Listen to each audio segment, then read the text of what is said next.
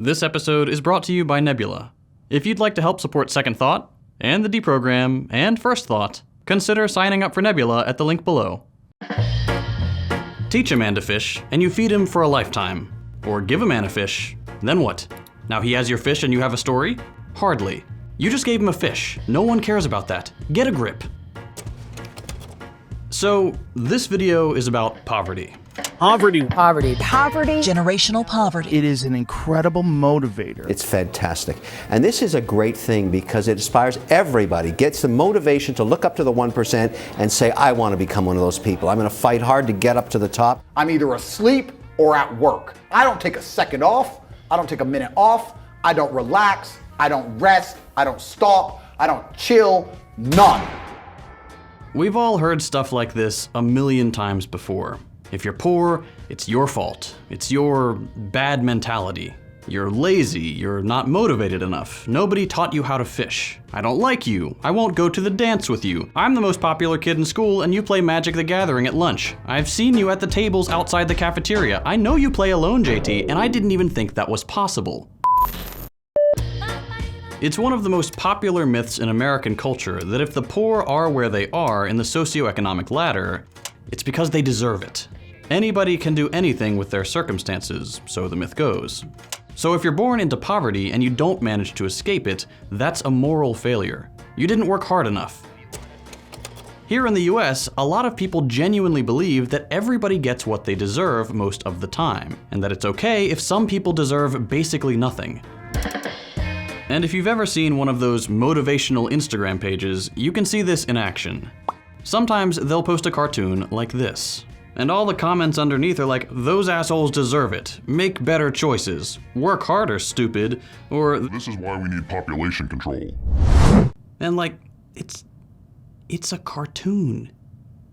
Jeez, why are there so many genocide comments? Anyway, a bunch of people seem to believe that the best we can do to solve poverty is not to actually solve poverty. You can't. Poverty is a static part of reality that just kind of exists no matter what. The best we can do is inspire people, and if people just don't feel inspired to work harder, well, then they deserve whatever they get. And don't all those lies just suck? I get the appeal, don't get me wrong. You work harder so you get to feel like a big, strong, deserving bald man, and whatever happens to everyone else is just not your fault.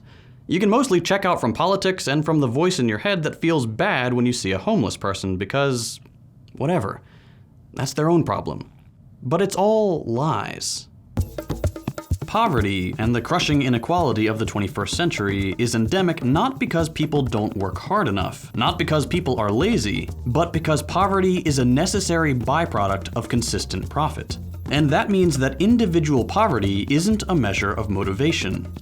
In the past, I've made this argument with a lot of statistics. Stats about how people are more or less locked into whatever class they're born in because of things outside their control. But this video will take a bit more of a static, evergreen approach, one that will remain true even when the stats I use here become 5 or 10 years old. Because the truth about poverty is that even if no one on Earth ever took a day off, there would still be poor people so long as profit is what guides our employment decisions.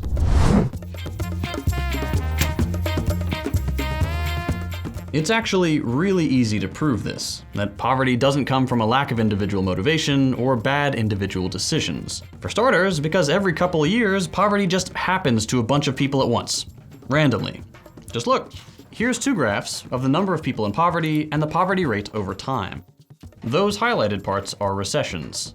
As you can see, and probably expected, when recessions hit, more people are poor and the poverty rate goes up in tandem. We already know that despite being guaranteed to happen eventually, it's hard to predict exactly when a recession will take place, and specifically what sectors are going to be hit the hardest. Next recession, it could be that the place you work suddenly doesn't have the revenue to afford your labor anymore, and it'll have nothing to do with the effort you put in. And then on the other end of the spectrum, you have how the pandemic affected the wealthy. The 10 richest men in the world doubled their fortune during the pandemic, making around $15,000 per second in a little over a year. And I can guarantee they didn't work twice as hard in 1 year as they had for all the years before combined. Economic circumstances out of their control made people more exploitable and desperate. Governments pumped money into their monopolies so they wouldn't go under, and they came out a lot wealthier. Did they work hard to get there? Some of them, maybe. Others, no. What ultimately made them wealthier was their class position and luck, not any special effort. So, right off the bat, unless you believe that once a recession hits, suddenly people lose all motivation, that right there is a solid number of poor people who are poor through no fault of their own. They're casual victims of the business cycle, a feature of capitalism that doesn't exist in most other economic systems.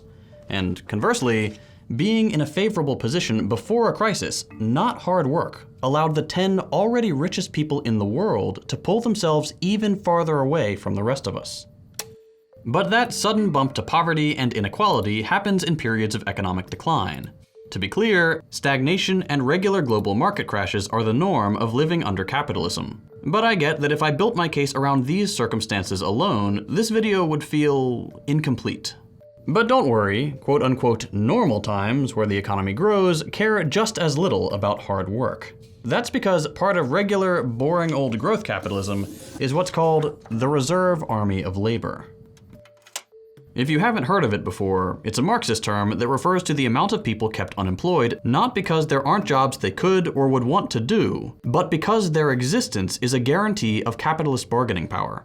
Said differently, a significant number of people are kept unemployed purely so that those who are working worry about losing their job to them one day. This group exists because it's really useful for employers that you don't want to be fired. And to make that threat more tangible, capitalists oppose measures that would get us closer to full employment or would make being unemployed more bearable. Whether that's a job guarantee, limits to the number of hours of work you can do each week, or generally any sort of welfare that keeps food on the table during unemployment, these things make the threat of being fired less powerful. And in complement, public services in healthcare, transportation, housing, and education make life cheaper and within reach of everyone. Capitalists staunchly oppose public services, work reduction measures, and welfare. And that's despite studies often showing that they could actually help individual capitalist net profits in the short run.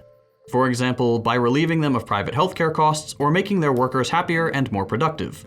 If they oppose these measures, then, it's not because they can't see the short-term profit bump, but because they challenge their long-term authority. Without unemployment, and with better public services, people would be less willing to take demeaning, unsafe, or poorly paid and exploitative jobs. Working people could demand higher wages. And while this could still work in capitalist favor, by increasing the working class's buying power and therefore simultaneously delivering profits to the capitalists, over time, it makes people less exploitable. And maybe, eventually, that could push profits down towards zero. Without the fear of unemployment, and with good union organizing, workers can slowly claw back a bigger and bigger cut of the value they generate for the company, which leaves the guy whose only job is owning it with less and less. And that means less relative profits, which they don't like. They like when number is more. Ultimately then, while there are regular dips in unemployment and poverty, some amount of it has to come back regularly, and be maintained artificially by killing things that would make life objectively better for most people. It would be objectively better for all of us to eliminate unemployment entirely, and we could do it with simple measures like a more equal share of work that limits working hours each week, eliminating pointless jobs, and putting more investment towards automating the jobs very few people want to do. All of which is easy enough if you're okay not maximizing profit. And you should be. At the end of the day, profit only goes to the tiny sliver of people who own businesses. The capitalist society will always statistically have a 1%. That's always going to be the case. But back to our main point. If you think unemployment only happens to lazy people, it makes very little sense why it would have dramatic swings from year to year or suddenly boom after a recession. And if you can see the benefit of poverty for capitalist bargaining power, you can also see how even in a quote-unquote ideal scenario, when absolutely every single person is fighting for a top spot, being a busy little worker bee, and absolutely crushing the grind set with 23-hour workdays, some unemployment would continue to exist. If for no other reason than to be a tool for exploiting the other grind setters better and ensuring that workers can't build collective power. And you don't have to think in these big structural terms to see how this would naturally fall into place under capitalism. When they're hiring, your boss doesn't care about unemployment and poverty. They would rather hire one person who does the work of two than hire two people. And they'd rather hire someone who does three people's work than that guy. Hard work matters only when that one guy's in charge of how many jobs there are, and we all need to satisfy him to earn a salary. Take the one guy away, and we could just split the work up more or less evenly and do a lot less of it. The point is, lazy or not, poverty will always be there to uphold profit. Meaning the goalpost for laziness will constantly shift, and not in the more humane direction. And so far, we've only covered unemployment. A bunch of the rhetoric I've been kind of responding to has been mostly targeted at some imaginary lazy person. Someone who doesn't have a job and definitely exists, and actually there's a million of them, and it's 100% their fault you pay more in taxes, so you should be very angry at them. But what about the working poor? Because this hard work thing is bullshit for them too. In the US, about 23% of workers work in low-paying jobs, roughly on par with countries like Lithuania and Latvia. Over 400,000 Americans work 2 full-time jobs, and nearly 8 million Americans have 2 or more job positions, counting both full-time and part-time. That's a lot of hard workers, and as you might expect, it's not really by choice. Over 7 million Americans are working part-time involuntarily, working jobs that guarantee no paid sick leave, benefits, or vacation days. In these circumstances, job security is not only non-existent, the hours are irregular, and the pay, of course, is terrible. For people working in these low-wage, part-time positions, full-time employment is rare, or incompatible with their other responsibilities like parenting. And even if secured, it is just not enough to make it to the end of the month, because no one making minimum wage on a full-time basis can afford a one-bedroom apartment anywhere in the US. It is impossible. Rent has more than doubled in the past 2 decades, and over the same 20 years, the cost of fuel and utilities has gone up by 115% in US cities. Healthcare costs have gone up, and regular bouts of inflation keep pushing food prices higher and higher like we've seen these past 2 years. The point is, no amount of individual hard work and motivation will lower your rent or your grocery bill, or raise the minimum wage. Your landlord can raise rent arbitrarily. Grocery stores can up their prices with a little press about inflation, and the wealthy can lobby governments and fund mass media organizations so their pundits delay and decry any increase to minimum wages. You can't outrun rent hikes by working harder. And here the grind set types will often tell people to just go work somewhere else if they aren't happy. But not only is that incredibly difficult, think about what that actually means for a second. You still want baristas, right? Having a nice, well-made coffee is a wonderful thing. Most people think coffee shops should exist. But if everybody leaves, where are you gonna get your latte? You're not. We need baristas, and cooks, and farmers, and artists. And most every service or retail or manufacturing worker currently making more or less minimum wage who works just as hard as you do and can't get by. Not only can those people not usually leave their jobs, we shouldn't want them to. We don't. This is essential labor, but these workers aren't getting paid enough to reflect that. Because these are industries where it's easier to take advantage of workers, not industries where workers do something less valuable. We don't desperately need more people in fintech, because hard work has nothing to do with how exploitable you are. And that's what ultimately decides how much you make. You can work as hard as you want, but if your job is especially exploitative, that will never be enough to become wealthy. And all of this boils down to the fact that laziness isn't real. But exploitation is. And the great thing about laziness is that if you can get people to feel really guilty about it, they will willingly exploit themselves more and find it morally wrong when someone else isn't being exploited enough. In other words, instead of thinking, hey, I do a lot of work, I bet the world would be fine if we all worked a lot less. Let's figure out how to do that. The belief in laziness as a moral failure takes that original, correct observation, I work a lot, and gets people to think, hey, why isn't he working as hard as I am? Here's what I think happens, that people who work hard start to feel resentful because there's always that person in the office who is lazy and maybe getting just as much money. How do we make sense of this in the workplace where you are supposed to be working? Yeah, I think that's such a good example because really, who's the real enemy there, right? It's probably the employer who's either putting too much on someone's plate or not dividing up duties fairly or not noticing there's a problem. And so this book talks all about how we turn against each other, especially if we work really hard. We come to resent other people who maybe are struggling.